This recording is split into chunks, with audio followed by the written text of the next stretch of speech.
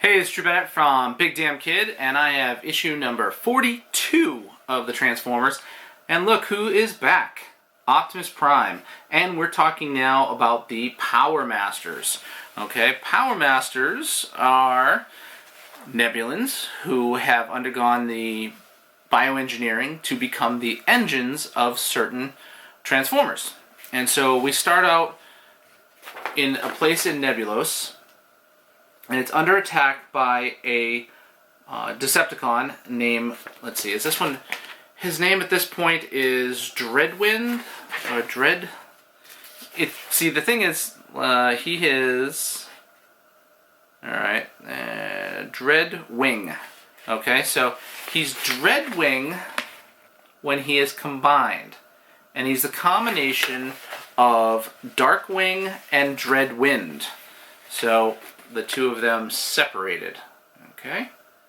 So they can combine together, they attack together, and Darkwing and DreadWind become DreadWing.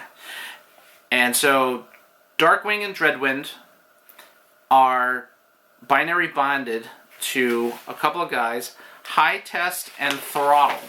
So we got some Nebulans, Hi-Test and Throttle. So what are these Decepticons doing on Nebulos? I thought all of the Decepticons and all of the Autobots were gone, but apparently they're not.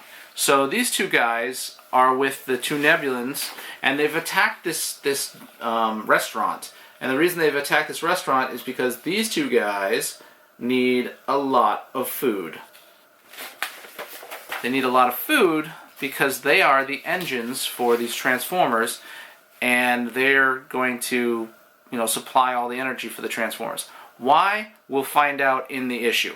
So, at this point, Bumblebee and, Getaway, Joyride, and Slapdash, those three guys, plus Goldbug, so those four Transformers go to this particular building out in Nebulos, okay, where they've got some people who are working on some things.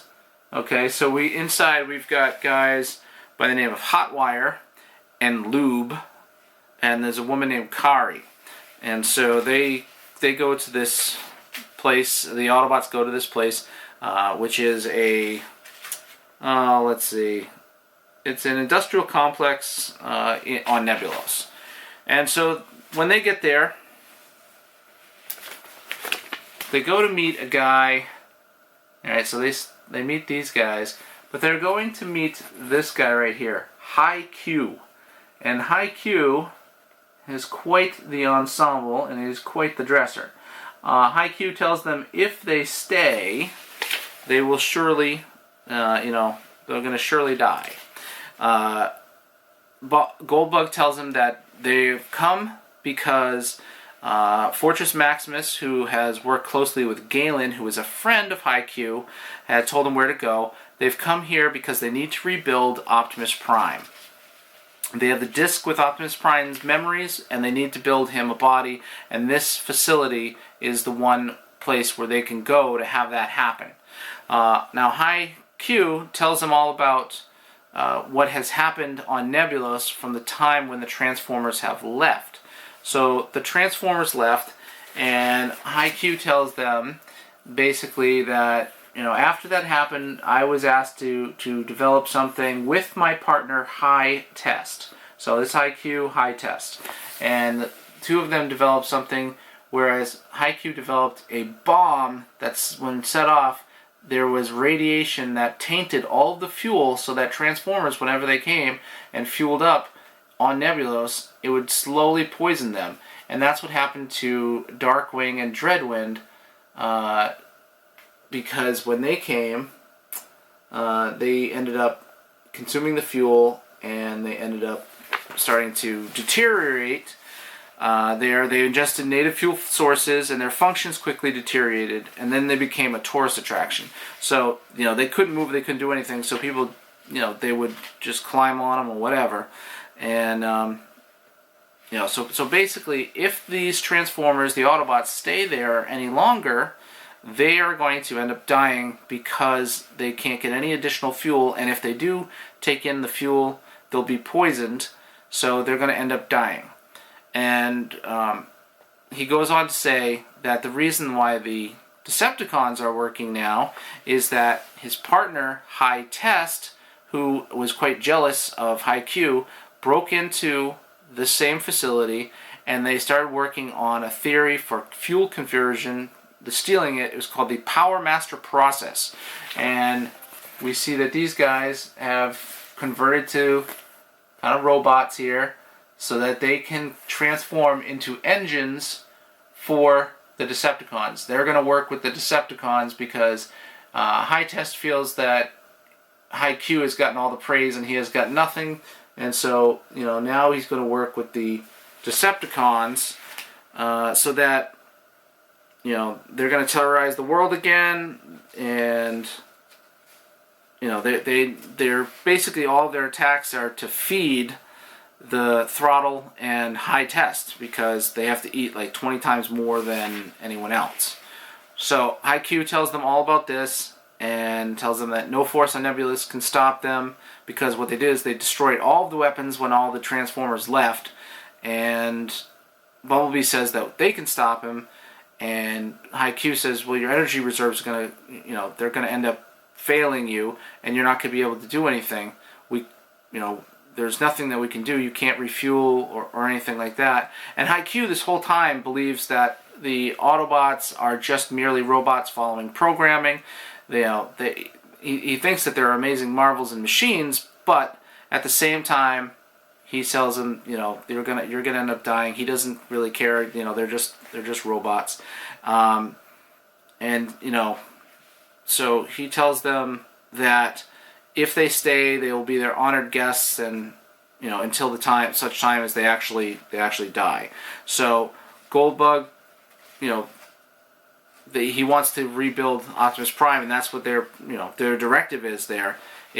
We're going to work hard and we're going to make a new Optimus Prime, so a new body for Optimus Prime. So they start working in the facility, and you can see Hi-Q there thinking about them, and they learn that the Decepticons have attacked Kajira, which is the capital of Nebulos, and so they go off to fight the two Decepticons because they want to help. The Decepticons, meanwhile, are at Karaja. They're at Karaja, which is the capital of Nebulos. So they come to Nebulos, and again, with this statue and Nebulos's, the statue at the planet Nebulos, and he threatens to smash all of the people in there. And we see there is a couple of people who we saw in the 4-issue miniseries. So we've got Pierce Sorgan, which we only saw a little bit, but his name is mentioned, and Pierce Cereza. And we remember Pierce Cereza from, she was the one who followed the Autobots when they were fighting the Decepticons. They ended up in bubbles and stuff, so she was part of it, and looks like it's gone back to being somewhat attractive, whereas they kind of painted her, drew her before like really weird looking, and so she's gone back to being somewhat attractive. And the Autobots come busting through. They're going to go fight the Decepticons, except they're in a weakened state. They can't seem to get it together. They can't seem to fight the Decepticons. The Decepticons are, beating them. Only Goldbug really has any sort of ability at this point. And so the Decepticons, they basically trounce the Autobots. So the Autobots are all damaged, and they can't defeat the Decepticons. So back at the industrial complex, they've somehow gotten themselves back, and Hi-Q tells them that your friends, there's nothing we can do for them. They're machines, but they defied their programming at great personal risk to stop the Decepticons. And one of the other guys, his name is Rev, he tells them perhaps they're more than just machines.